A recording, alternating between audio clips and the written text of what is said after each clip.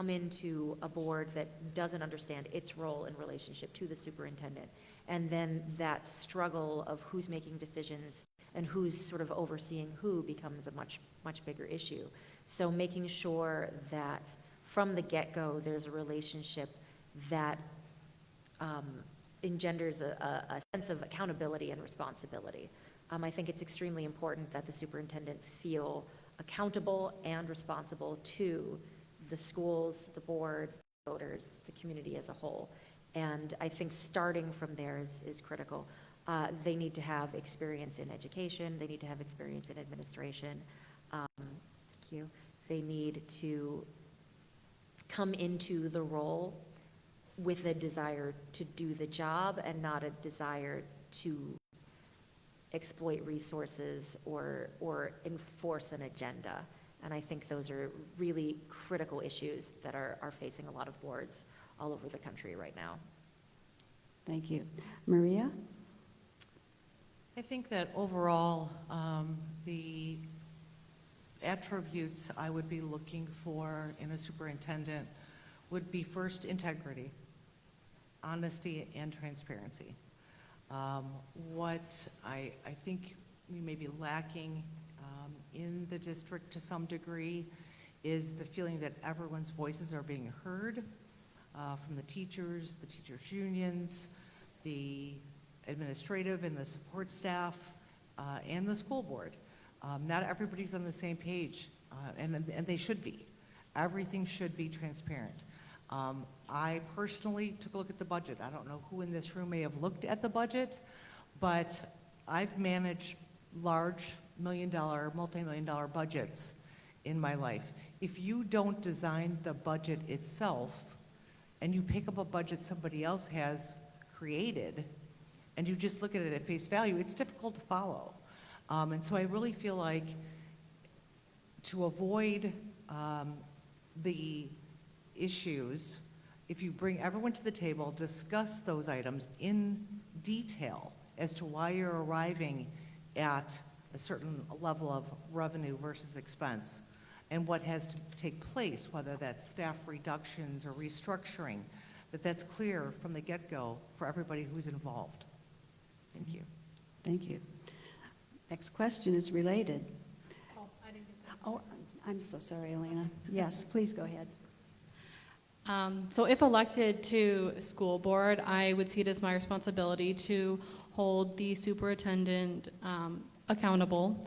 I would prioritize a superintendent who can strengthen the relationship between the board and teachers, the board and voters, and I would look for somebody with strong leadership skills, integrity as Maria said, and somebody who, again, has like an extensive background in education. It'd be great if they have a teaching background and they know what it's like to be in the classroom day in, day out as a teacher. But yeah, that's what I would look for. Okay, thank you. Like I said, this next one's related. Currently, teachers in district are informally told they are not to address board members directly about district concerns and rather to go to the superintendent. What is your view on this subject? Maria, could you start that one? Yeah, I'd like to see, like we were just discussing, more transparency there.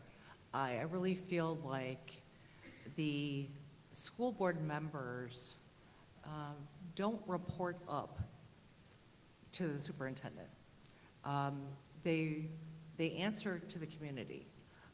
They answer to the students. But at the end of the day, there has to be transparency amongst all of those parties. The parents, the teachers, the administration, the superintendent. Everyone has to be a player with a free voice and be able to participate in decisions that are made for those students and for that community. Thank you. Elena? So if elected to the board, I really would want people to be able to approach me one-on-one, and I want to hear, from our teachers, our parents, our students. I'd want to be accessible. That being said, I understand the concern with if you're talking to somebody privately is that going to take away from transparency? So, I definitely then want to be transparent with the community about the feedback I've received, how that's informing our decisions, and it can be like a back and forth, an open line of communication. Thank you. Leah? This is a great question. I think that the directive not to talk to board members is a symptom of what really appears to be a culture of really poor communication in the school district. There's a lot of miscommunication that goes on between administration and teachers and the community and the families, and that miscommunication has caused a lot of rumor mongering, a lot of very ill will, a lot of confusion, and at times it feels to parents I've talked to myself, to the teachers I've talked to, sometimes it feels aggressive even, and the directive not to raise concerns outside of this very limited chain of communication,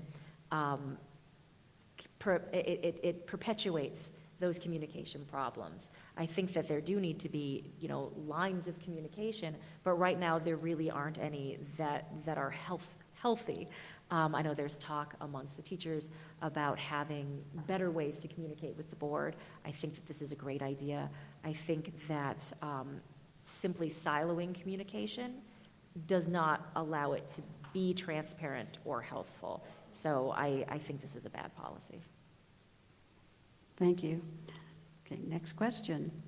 Is there a decision made by the current school board that you would have approached differently?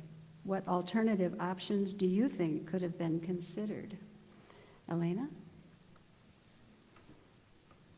I think everybody here wishes that the negotiations with the teachers had gone differently.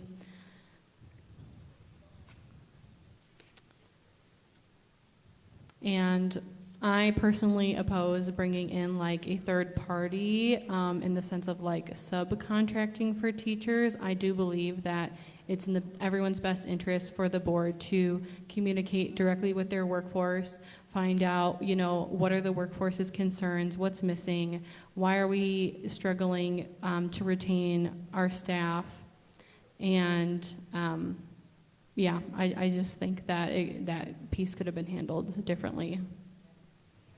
Okay, thank you. Leah? The first decision that I really think could have been done differently was how to present information about the new contract and the reduction of staff that came with it. This information was released in a way that was a conscious decision, but was a conscious decision that created a lot of chaos, frankly.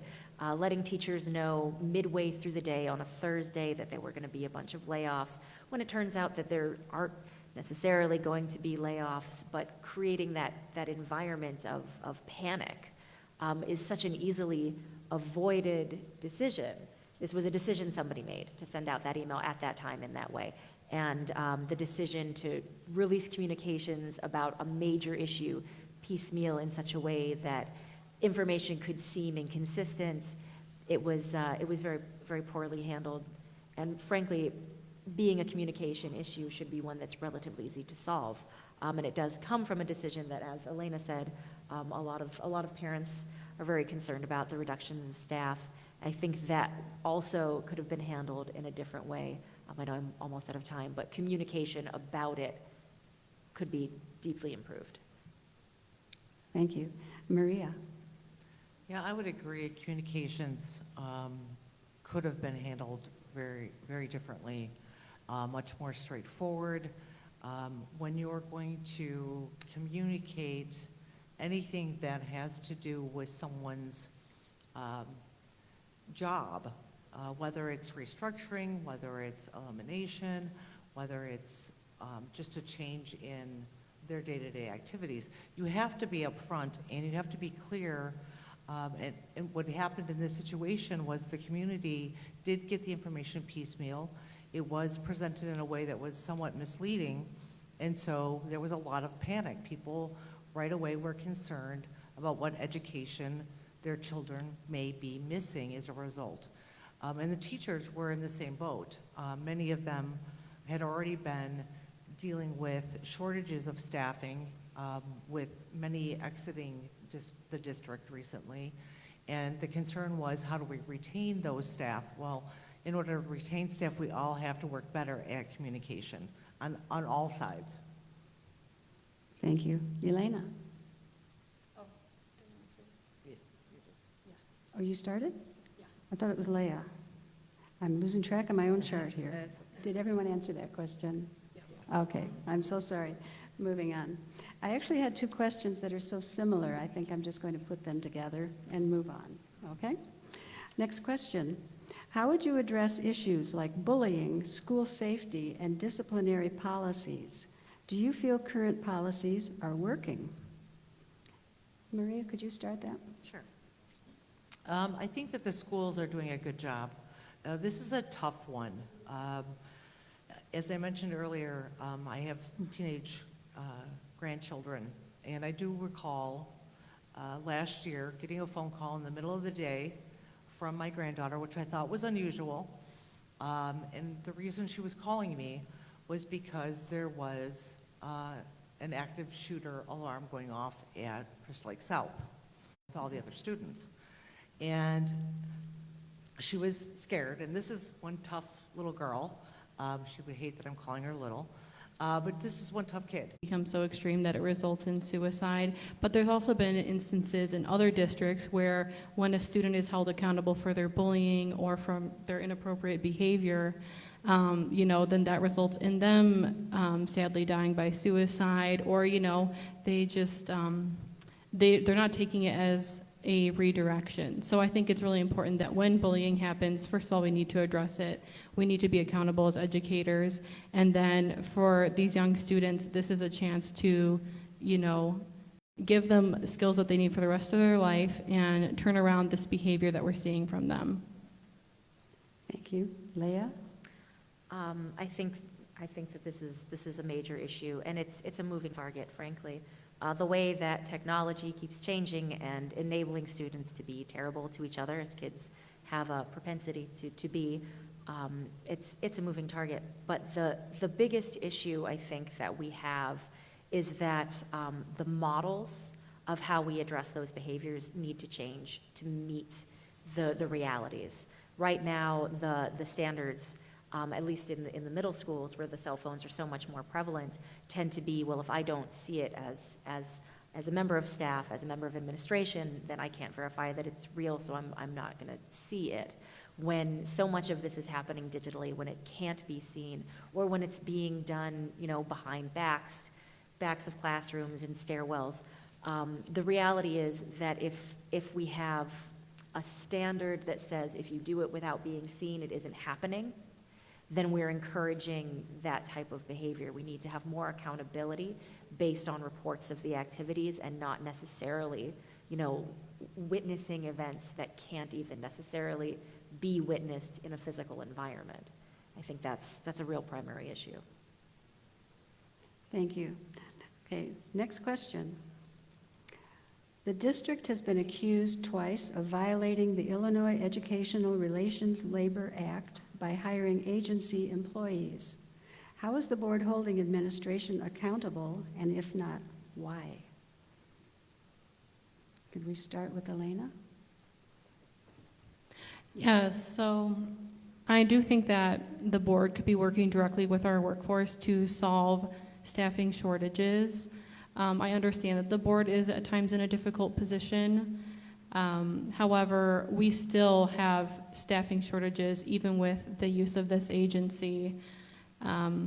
So to me, it's not a great solution. I know certainly teachers are concerned about making livable wages. I know before there was a statistic that a third of teachers have to take a second job to support themselves, and that's certainly what I've seen anecdotally in addition to this research. So, we do need to be listening to our staff. We do need to be prioritizing our teachers, our staff, our paraprofessionals. Yeah, so that's my thoughts on the agency. Okay, thank you. Leah? Would you please repeat the question? Certainly. The district has been accused twice of violating the Illinois Educational Relations Labor Act by hiring agency employees. How is the board holding administration accountable, and if not, why? That was, yeah, how they're holding them accountable, I don't know. Mhm. I honestly don't know how that accountability is being managed. I think that lack of transparency is showing here again because I don't have an answer to that question. How should they be holding them accountable is I think the real question, because that's something that we can bring into the role as well. And that's being intentional, being transparent, making sure that when we're budgeting for staffing shortages, when we're looking at where those areas of priority are, that we're not doing so tangentially, that we're not as an afterthought, considering, well, where do we find a body to put into this role? It's a problem. There are staffing issues. There's teacher shortages. There's a lot of difficulty in finding qualified people, but that doesn't mean that going through back doors, doing things illegally is a solution. So transparency, once again, transparency, better communication, the accountability needs to be there. Thank you. And Maria? I would agree with Leah. I am not aware of how the board is being held accountable in this situation. To mirror what Elena mentioned, I think the emphasis should be on attaining and retaining qualified staff as full-time employees wherever possible. Now, there are going to be situations that'll come up that you need to look outside of full-time positions. But at the end of the day, it's our obligation to provide our teachers with the correct compensation, and that's equitable throughout the state of Illinois, and to be able to provide the support that they need. If you're asking teachers to work long hours to compensate for staffing shortages, then that's not the answer. They have to be provided with the appropriate compensation and support. Okay, thank you. All right, we have one last question, unless there are any others for the audience. Currently, the dual language program struggles to keep continuity of staff and has high turnover, especially in middle schools. How do you see your role to help solve this problem? Leah, would you start? Oh, this is a great question. Two of my kids have been through the dual language program in District 47, and both of them made the decision in middle school to leave dual language as a result of that lack of consistency. My younger student who left dual language did so at the same time that new policies were being implemented that would allow her to remain in dual language and in extended curriculum language arts, which at the time had not been an option to older students. So I see that there are changes that are being made to attempt to solve that problem, but the teacher turnover rate there is extremely high. I think that the most important thing we can do is make sure that the district is a welcoming and supportive enough environment for the teachers that we can try and reduce those turnovers. We have in the district a few policies in place aimed at teacher retention and supporting the development and inclusion of new teachers. I think that focusing some of that attention and some of those resources at dual language in fostering the certifications of existing teachers to move into dual language and maintain that consistency would be great. But yeah, the transitions between different programs and how to make them line up is a big piece of that puzzle. Thank you. Maria? Yeah, I would agree. This is something that was voiced to me personally by a number of teachers as a concern. And I do think we have the opportunity to help to extend the ability for some of these teachers to expand into dual language. We then have to be able to backfill those individuals while they're being provided that certification. But yes, To your point, Leah, we have to be able to provide the service to our community.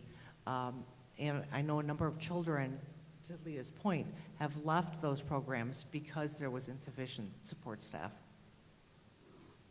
Thank you. Elena? Yes, so we do have, a considerable Spanish-speaking population in the schools, and I really want to, welcome and celebrate those students.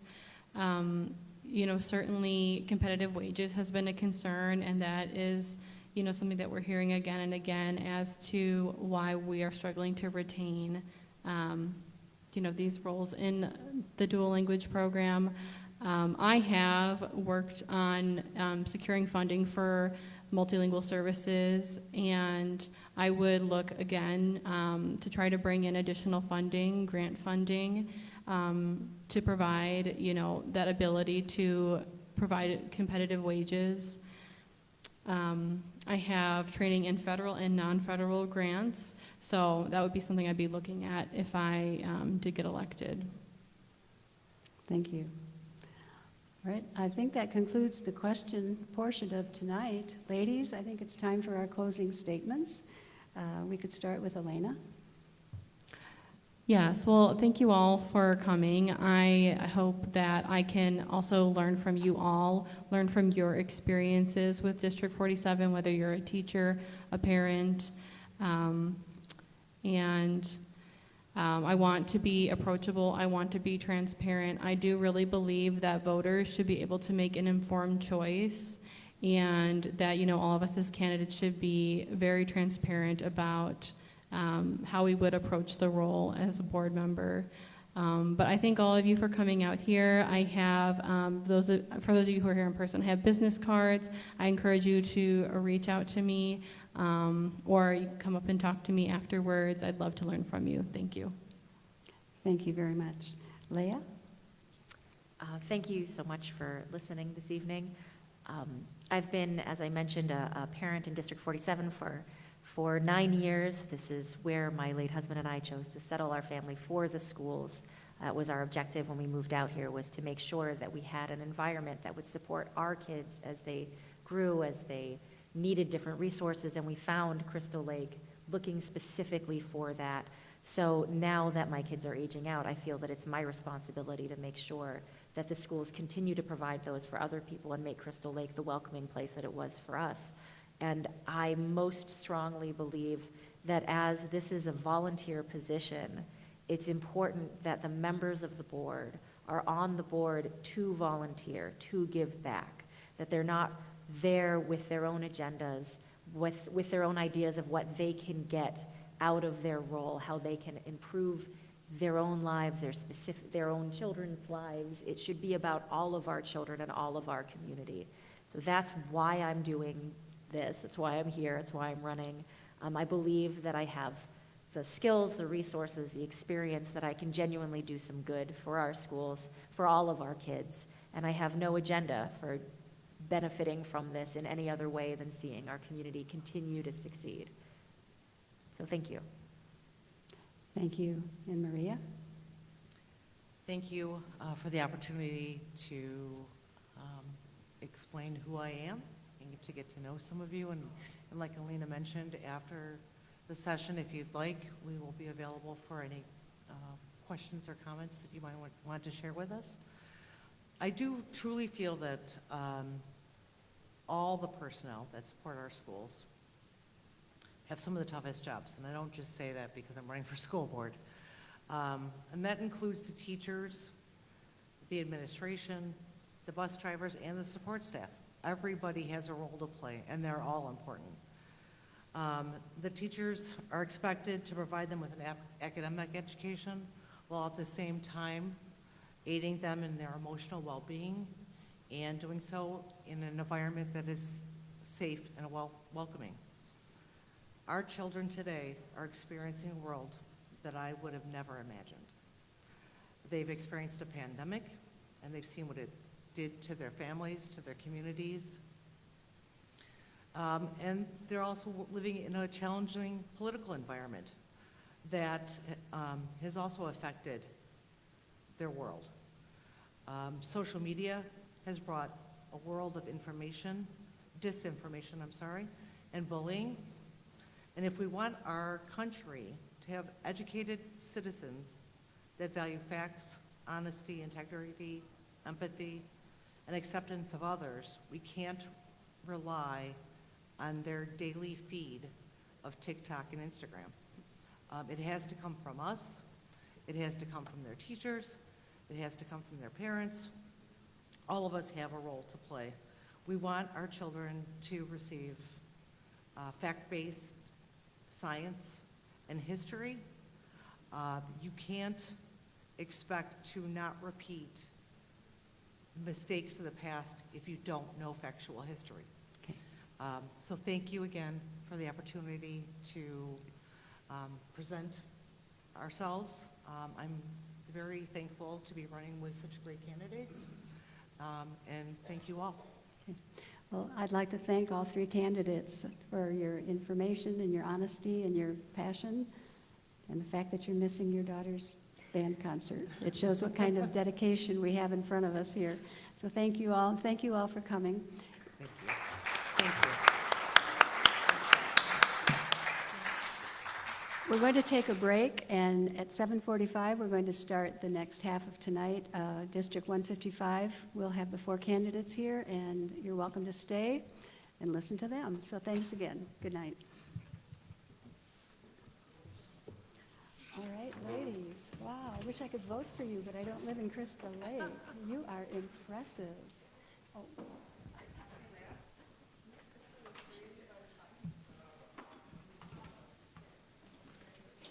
Yeah. Oh, good. I want to meet them. Okay. Yes. Let me get organized just for a second. Well, I can do that afterwards. Are you going to speak again? Oh.